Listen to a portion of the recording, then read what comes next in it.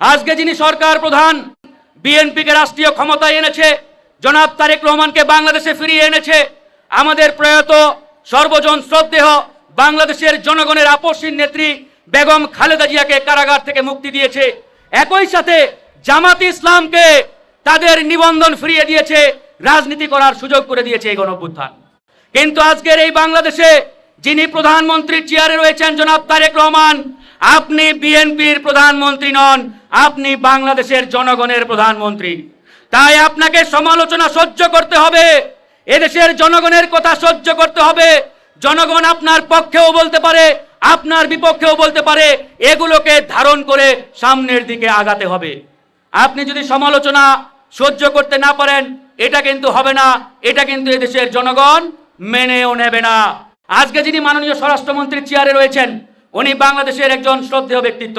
আইন, প্রশাসন এবং দেশের বিদ্যমান সবকিছু নিয়ে উনার যথেষ্ট অভিজ্ঞতা রয়েছে, জ্ঞান রয়েছে। আমরা ওনাকে ভালোবাসি, পছন্দ করি। কিন্তু আমি মনে করি এই সরকার প্রধানের দায়িত্ব হওয়া উচিত, কিংবা উনার বিষয়ে সরকারের উচিত উনাকে পলিসি লেভেলে রেখে এই স্বরাষ্ট্র মন্ত্রণালয়ে একজন দক্ষ, অভিজ্ঞ, ডাইনামিক ব্যক্তিকে এক্সিকিউটিভ দায়িত্বে বসানো। কারণ স্বরাষ্ট্র মন্ত্রণালয় এমন একটি জায়গা, এই জায়গাটির উপরে বাংলাদেশের অনেক কিছু নির্ভর করে। আজকে ডানে বামে আমরা যখনই তাকাই দেখি হঠাৎ করে মিছিল নিয়ে বের হয়। আবার অনেক মিছিল থেকে পুলিশকে হুমকি দেওয়া হয়, সামনে আসবি না, খায়া ফেলবো, বলে না ভাই? এগুলোর পিছনে কারা দায়ী? এগুলোর পিছনে দায়ী অনেকেই। মোটা দাগে পুলিশ প্রশাসনের যে নীরবতা, এই নীরবতা এই মিছিলগুলোকে উস্কে দেয়। তাই আমরা বলতে চাই, আমাদের আইন শৃঙ্খলা বাহিনীকে অবশ্যই আরো কঠোর হতে হবে, স্ট্রং হতে হবে। আরো দুটি পয়েন্ট বলে একবারে সংক্ষেপে শেষ করব। ইতিমধ্যে আপনারা জানেন, জ্বালানি তেলের দাম আন্তর্জাতিক বাজারে 3 দফা কমেছে। যুদ্ধের পরপরেই আমরা দেখলাম জ্বালানি তেলের দাম আন্তর্জাতিক বাজারে ব্যারেল প্রতি 120 থেকে 30 ডলার উঠেছিল। আর গতকালকের খবরে দেখলাম জ্বালানি তেলের দাম কমতে কমতে এখন প্রতি ব্যারেল তেলের দাম 72 ডলার।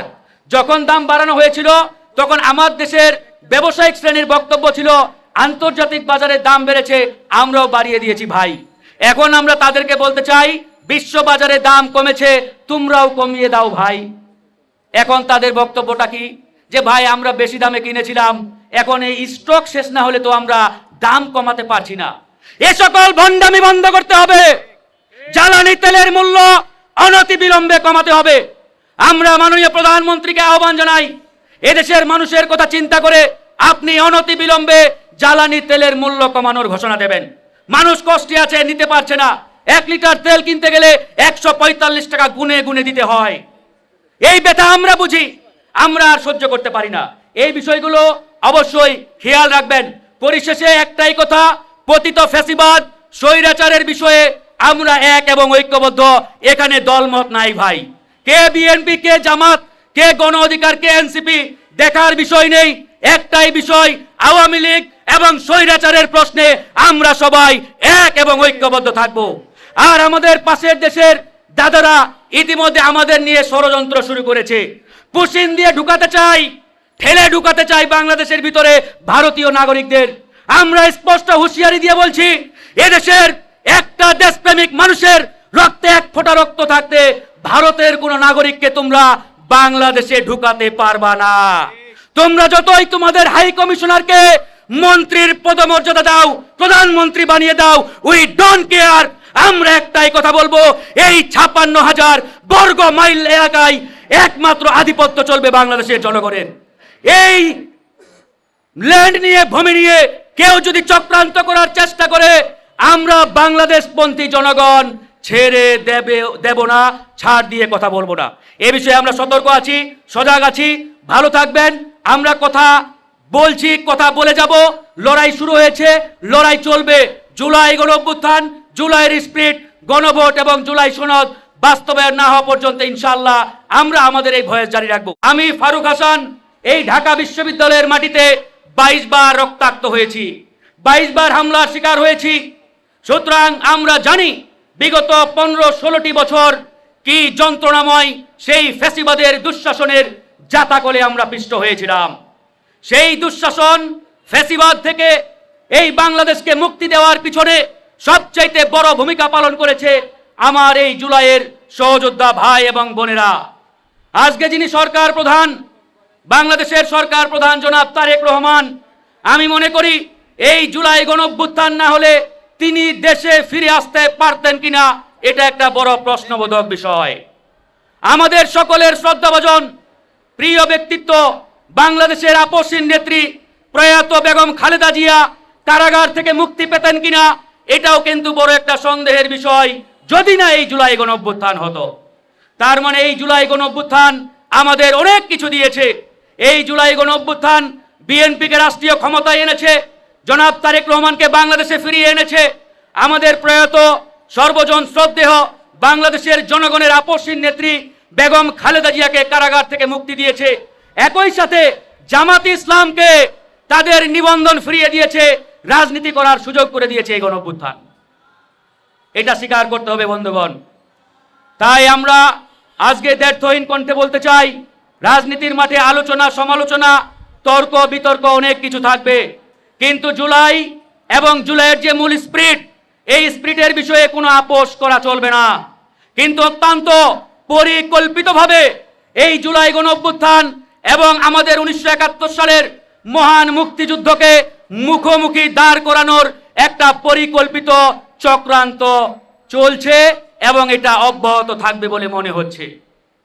এ বিষয়ে যদি আমরা সতর্ক এবং সজাগ না থাকি তাহলে ওই পতিত ফ্যাসিবাদের দোসররা কিন্তু আমাদের এই মহান মুক্তিযুদ্ধ আর এই জুলাই গণঅভ্যুত্থানকে তারা মুখোমুখি দাঁড় করিয়ে দিয়ে বাংলাদেশের এই গণঅভ্যুত্থান পরবর্তী বিপ্লবীদের মধ্যে একটা সাংঘর্ষিক অবস্থা তৈরি করতে সফল হবে।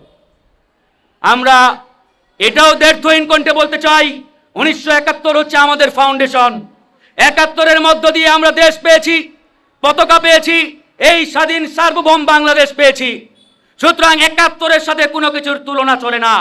আর ওই 71-এর অসমাপ্ত চেতনা বাস্তবায়নের এটি অংশীজন বলতে পারেন, কিংবা ওই চেতনা বাস্তবায়নের আরেকটি ধাপ হচ্ছে আমাদের এই জুলাই গণঅভ্যুত্থান। সুতরাং 1971-এর মহান মুক্তিযুদ্ধ আর আমাদের 24-এর গণঅভ্যুত্থান একে অপরের পরিপূরক, কখনোই বিপরীত নয়। তাই সেই জায়গা থেকে সাংবাদিক বন্ধুদেরও আমি আহ্বান জানাবো, আপনারা এ বিষয়ে অবশ্যই কেয়ারফুলি সংবাদ প্রচারের ক্ষেত্রে আপনারা খেয়াল রাখবেন। আমরা এই বাংলাদেশে কেউই বাংলাদেশ বিরোধী নই, কেউই 71 বিরোধী নই। আমরা এই দেশকে ধারণ করি, এই দেশকে লালন করি, এই মুক্তিযুদ্ধের চেতনাকে হৃদয়ে ধারণ করেই আজকের এই বাংলাদেশে আমরা রাজনীতি করি। কিন্তু যে বা যারা এই চক্রান্তটা শুরু করেছে এবং অদ্যবধি করে যাচ্ছে, এই সকল দুষ্কৃতিকারীদের কাছ থেকে আমাদের সতর্ক এবং সজাগ থাকতে হবে।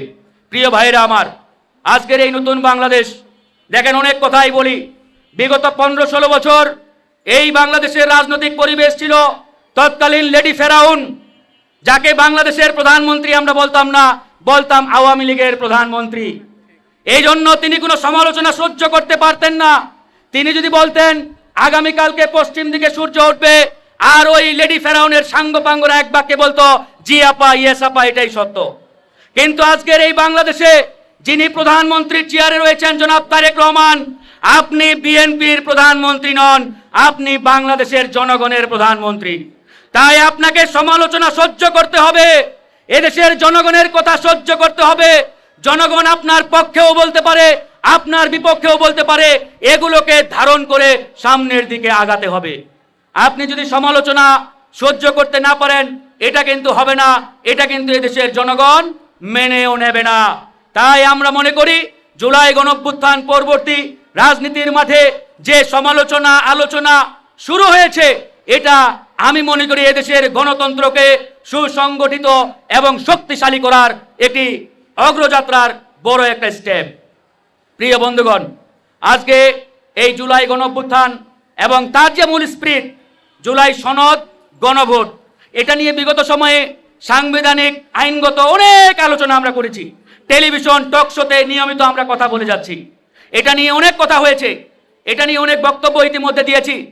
মোট কথা, চূড়ান্ত কথা, জুলাই গণঅভ্যুত্থান এবং গণভোট এটা বাস্তবায়ন করতেই হবে। এটা বিএনপির স্বার্থে, সরকারের স্বার্থে, জনগণের স্বার্থে। আর বিএনপি সরকারের প্রতি আমাদের কয়েকটি অনুরোধমূলক পরামর্শ। আজকে যিনি মাননীয় স্বরাষ্ট্রমন্ত্রীর চেয়ারে রয়েছেন, উনি বাংলাদেশের একজন শ্রদ্ধেয় ব্যক্তিত্ব।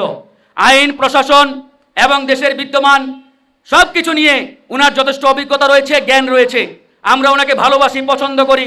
কিন্তু আমি মনে করি এই সরকার প্রধানের দায়িত্ব হওয়া উচিত, কিংবা উনার বিষয়ে সরকারের উচিত উনাকে পলিসি লেভেলে রেখে এই স্বরাষ্ট্র মন্ত্রণালয়ে একজন দক্ষ, অভিজ্ঞ, ডাইনামিক ব্যক্তিকে এক্সিকিউটিভ দায়িত্বে বসানো। কারণ স্বরাষ্ট্র মন্ত্রণালয় এমন একটি জায়গা, এই জায়গাটির উপরে বাংলাদেশের অনেক কিছু নির্ভর করে। আজকে ডানে বামে আমরা যখনই তাকাই দেখি হঠাৎ করে মিছিল নিয়ে বের হয়। আবার অনেক মিছিল থেকে পুলিশকে হুমকি দেওয়া হয়, সামনে আসবি না, খায়া ফেলবো, বলে না ভাই? এগুলোর পিছনে কারা দায়ী? এগুলোর পিছনে দায়ী অনেকেই। মোটা দাগে পুলিশ প্রশাসনের যে নীরবতা, এই নীরবতা এই মিছিলগুলোকে উস্কে দেয়। তাই আমরা বলতে চাই, আমাদের আইন শৃঙ্খলা বাহিনীকে অবশ্যই আরো কঠোর হতে হবে, স্ট্রং হতে হবে। আরো দুটি পয়েন্ট বলে একবারে সংক্ষেপে শেষ করব। ইতিমধ্যে আপনারা জানেন, জ্বালানি তেলের দাম আন্তর্জাতিক বাজারে 3 দফা কমেছে। যুদ্ধের পরপরেই আমরা দেখলাম জ্বালানি তেলের দাম আন্তর্জাতিক বাজারে ব্যারেল প্রতি 120 থেকে 30 ডলার উঠেছিল। আর গতকালকের খবরে দেখলাম জ্বালানি তেলের দাম কমতে কমতে এখন প্রতি ব্যারেল তেলের দাম 72 ডলার। যখন দাম বাড়ানো হয়েছিল তখন আমার দেশের ব্যবসায়িক শ্রেণীর বক্তব্য ছিল, আন্তর্জাতিক বাজারে দাম বেড়েছে, আমরাও বাড়িয়ে দিয়েছি ভাই। এখন আমরা তাদেরকে বলতে চাই, বিশ্ব বাজারে দাম কমেছে, তোমরাও কমিয়ে দাও ভাই। এখন তাদের বক্তব্যটা কি? যে ভাই আমরা বেশি দামে কিনেছিলাম, এখন এই স্টক শেষ না হলে তো আমরা দাম কমাতে পারছি না। এ সকল ভণ্ডামি বন্ধ করতে হবে। জ্বালানি তেলের মূল্য অনতিবিলম্বে কমাতে হবে। আমরা মাননীয় প্রধানমন্ত্রীকে আহ্বান জানাই, এদেশের মানুষের কথা চিন্তা করে আপনি অনতিবিলম্বে জ্বালানি তেলের মূল্য কমানোর ঘোষণা দেবেন। মানুষ কষ্টে আছে, নিতে পারছে না। 1 লিটার তেল কিনতে গেলে 145 টাকা গুনে গুনে দিতে হয়। এই ব্যথা আমরা বুঝি, আমরা আর সহ্য করতে পারি না। এই বিষয়গুলো অবশ্যই খেয়াল রাখবেন। পরিশেষে একটাই কথা, পতিত ফ্যাসিবাদ স্বৈরাচারের বিষয়ে আমরা এক এবং ঐক্যবদ্ধ। এখানে দলমত নাই ভাই। কে বিএনপি, কে জামাত, কে গণ অধিকার, কে এনসিপি দেখার বিষয় নেই। একটাই বিষয়, আওয়ামী লীগ এবং স্বৈরাচারের প্রশ্নে আমরা সবাই এক এবং ঐক্যবদ্ধ থাকব। আর আমাদের পাশের দেশের দাদারা ইতিমধ্যে আমাদের নিয়ে ষড়যন্ত্র শুরু করেছে। পুশিন দিয়ে ঢুকাতে চাই, ঠেলে ঢুকাতে চাই বাংলাদেশের ভিতরে ভারতীয় নাগরিকদের। আমরা স্পষ্ট হুঁশিয়ারি দিয়ে বলছি, এদেশের একটা দেশপ্রেমিক মানুষের রক্তে 1 ফোঁটা রক্ত থাকতে ভারতের কোন নাগরিককে তোমরা বাংলাদেশে ঢুকাতে পারবা না। তোমরা যতই তোমাদের হাই কমিশনারকে মন্ত্রীর পদমর্যাদা দাও, প্রধানমন্ত্রী বানিয়ে দাও, উই ডোন্ট কেয়ার। আমরা একটাই কথা বলবো, এই 56,000 বর্গ মাইল এলাকায় একমাত্র আধিপত্য চলবে বাংলাদেশের জনগণের। এই ল্যান্ড নিয়ে, ভূমি নিয়ে কেউ যদি চক্রান্ত করার চেষ্টা করে, আমরা বাংলাদেশপন্থী জনগণ ছেড়ে দেব না, ছাড় দিয়ে কথা বলবো না। এ বিষয়ে আমরা সতর্ক আছি, সজাগ আছি। ভালো থাকবেন। আমরা কথা বলছি, কথা বলে যাব। লড়াই শুরু হয়েছে, লড়াই চলবে। জুলাই গণ অভ্যুত্থান, জুলাইয়ের স্পিরিট, গণভোট এবং জুলাই সনদ বাস্তবায়ন না হওয়া পর্যন্ত ইনশাআল্লাহ আমরা আমাদের এই ভয়েস জারি রাখবো। আল্লাহ হাফেজ। আসসালামু আলাইকুম রহমতুল্লাহ।